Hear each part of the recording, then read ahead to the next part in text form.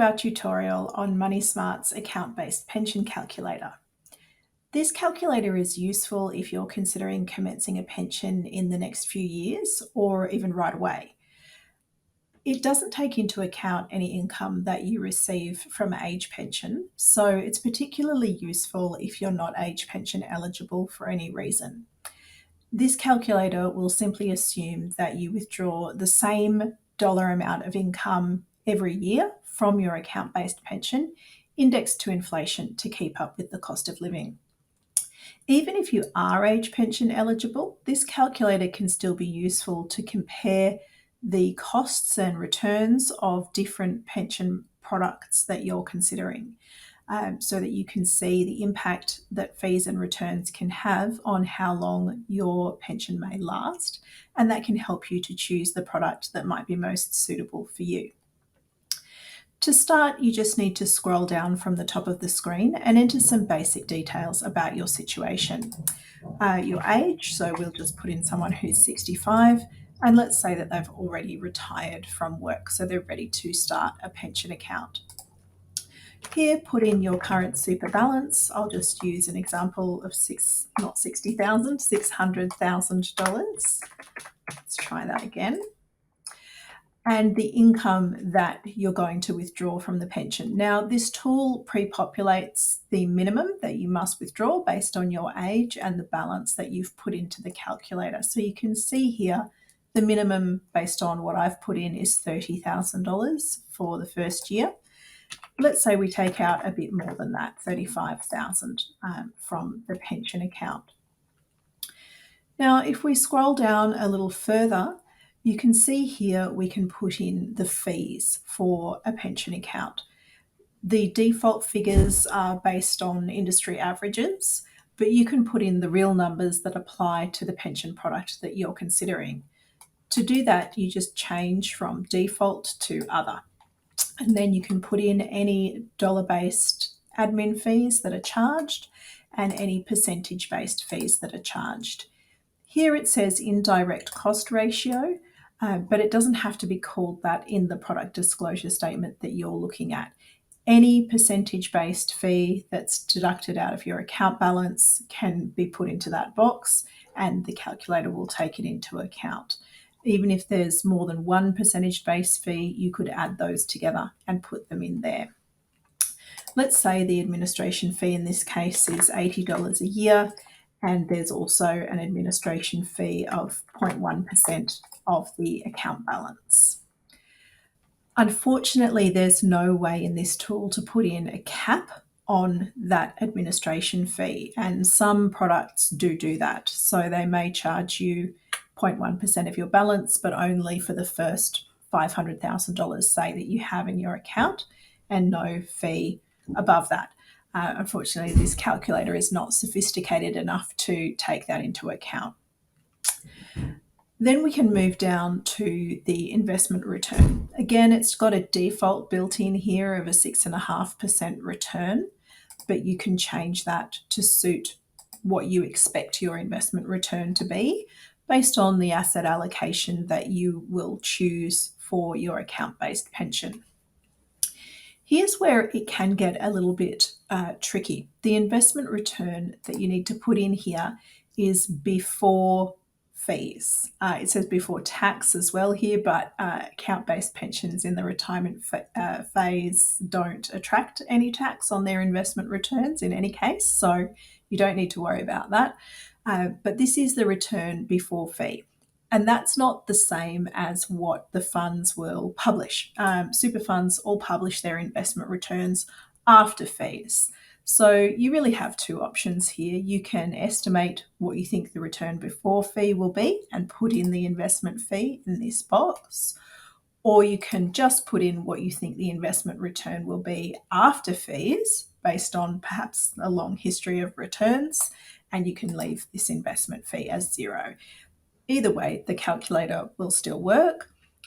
We'll put in something that may be quite realistic. Let's say an investment return of 6.5% per year and an investment fee around 0.6%. That would be a very reasonable fee. Now, if you continue to scroll down, it just shows you in this calculator a graph of how your balance in your super pension would be expected to decline over the years if you draw that income, receive that investment return, and pay those fees. So it gives you an idea that your balance in this scenario is likely to run out around age 89. You can also change the view here to see it by income instead. And you can see what the calculator is doing here is just maintaining the same income, if possible, throughout until you run out of money at 89 and don't have that much to withdraw. So either way, you can view your results. You also then can compare an alternative pension. And this is what this calculator is particularly useful for. So if you click over here, some more boxes will pop up. So it assumes you're going to still draw the same income from this alternative pension that you're going to compare, although you can change that if you want. So if you'd like to compare what would happen if I withdrew less and what the outcome would be, you can certainly do that here too, rather than comparing a whole different product. So here again, we can put in the fees for our alternative product. So let's say again, we'll put in some other fees. This product has a higher administration fee, perhaps $150 per year, and a higher percentage-based administration fee as well. They charge, let's make it more, say 0.4% of your balance.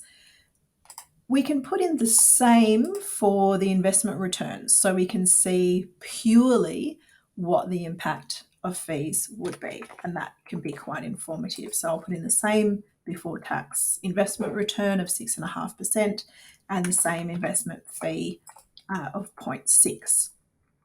Now the results have been updated. You might have seen that little pop up at the bottom of the screen, but we can't see the results at the moment. We have to scroll back up to where they're shown in the calculator. So you can see now it's showing you a comparison between the first pension we put in, this dark blue one, and the second pension, which is the light blue one. And the light blue one runs out a year earlier because it has higher fees that we put in. You can also view that instead by balance if you'd like to see it that way and compare the two. There's not a big difference because I haven't put in a large difference in fees, but certainly you can tailor this to any two products that you're comparing to see what the potential outcome could be. Let's look at the other way of doing this. So we can match the administration fees of $80 and 0.1%. So now we're comparing the same product, the same fees, but withdrawing, oops, that's a termination fee box, but withdrawing a lower income. So let's say we withdraw the minimum instead of $30,000 per annum.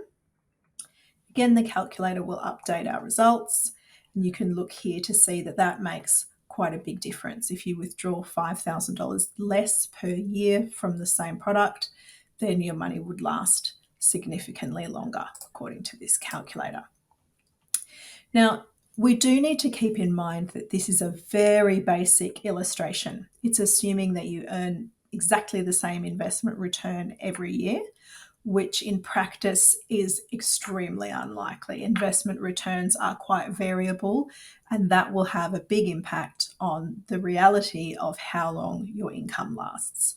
There are other calculators available that can take into account some of that variability to allow you to do some stress testing and get a more realistic picture of what the possible outcomes are. But this calculator is certainly useful to get a ballpark idea of how withdrawing different levels of income could affect you and how paying different levels of fees with different products could also affect you. So that's where it's a useful tool to have a look at. Also, whenever you're using a calculator, do keep in mind that you need to look at the disclaimers and the assumptions that come along with it. So at the bottom here of ASIC's page, you can see the disclaimers, which include that this is a model and not a prediction. Again, it mentions what I've said, that the calculator assumes that everything remains steady and predictable over time, and that's not something that's going to happen in reality, but still a useful tool in some circumstances. Also, here is the further assumptions that you can have a look at to see more details. And the last thing I'd like to show you is this advanced box here. So if you have a financial planner and they're charging you additional fees on your pension product, you can actually put those in here. So you can have either percentage or dollar-based advisor service fees that you can add into the model. And you can also change the assumptions for inflation and wage growth. The inflation assumption is by default set at 2.5%, which is the RBA's long-term target for inflation. If you believe that inflation is going to be persistently high for some time, you might want to change that number. That's totally up to you. So that is ASIC's Money Smart account-based pension calculator. I hope that's helped you to understand how to use it and what it might be useful for, so that you can have a play around and model your own situation. Thank you.